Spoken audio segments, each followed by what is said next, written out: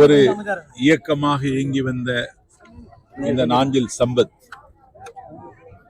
கடந்த டிசம்பர் திங்கள் 5ஆம் தேதி தாவேக்காவில் என்னை நான் இணைத்துக் கொண்டேன்.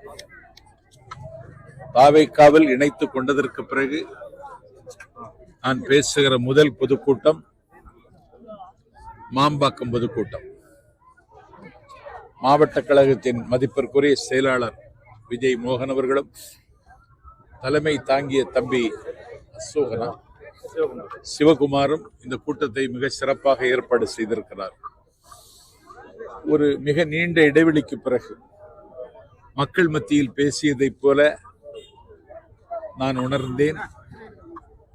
மக்கள் அமைதியாக எளியவன் என்னுடைய பேச்சை கேட்டார்கள்.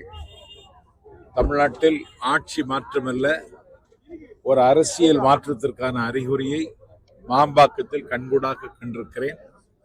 ஆகவே தாவேக்காவுக்கும் திமுகவுக்கும் தான் போட்டி. இந்த போட்டியில் விஜய் முந்துகிறார் என்பதற்கு இந்த கூட்டம் சாட்சி.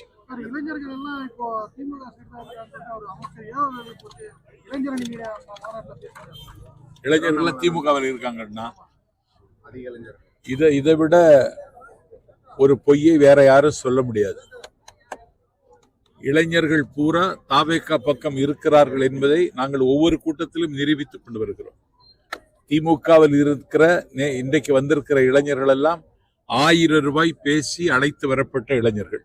இங்கே வந்திருக்கிற இளைஞர்கள் எல்லாம் தளபதி விஜய்க்காக தன்னுயிரையும் தருவதற்கும் தயாராக இருக்கிற இளைஞர்கள்.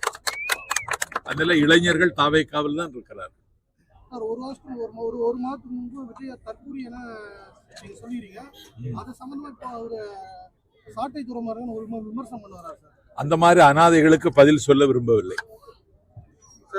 இப்ப குறிப்பா வந்து இப்ப வந்து திமுகவையும் பாஜக வந்து குற்றச்சாட்டு, அதிமுகவுக்கு எந்த ஒரு குற்றச்சாட்டும் முன்வைக்கிறார். அதிமுக அதுல பாதாளம் நோக்கி போய் கொண்டிருக்கிற கட்சி.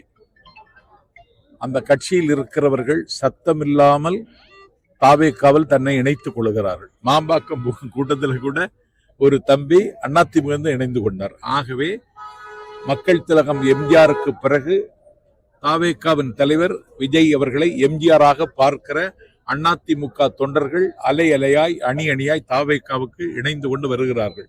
ஆகவே அதிமுகவை காயப்படுத்துவதற்கு நாங்கள் விரும்பவில்லை. தமிழ்நாட்டில் அடையாளம் காணப்பட்ட முக்கியமான தலைவர்கள் நீங்க ஒருவர், செங்கோட்டையன் ஒருவர், இது மாதிரி அடையாளம் காணப்பட்ட தலைவர்கள் தற்போது தாவேக்காவில் இணைஞ்சிருக்காங்க. மேற்கொண்டு மற்ற தலைவர்கள் தாவேக்கா வர வாய்ப்பு இருக்கா? யாரோட பேச்சுவார்த்தை நடந்துட்டு இருக்காங்க? தாவேக்காவுக்கு அதிமுகவில் இருக்கிற பாதி பேர் வர போறாங்க.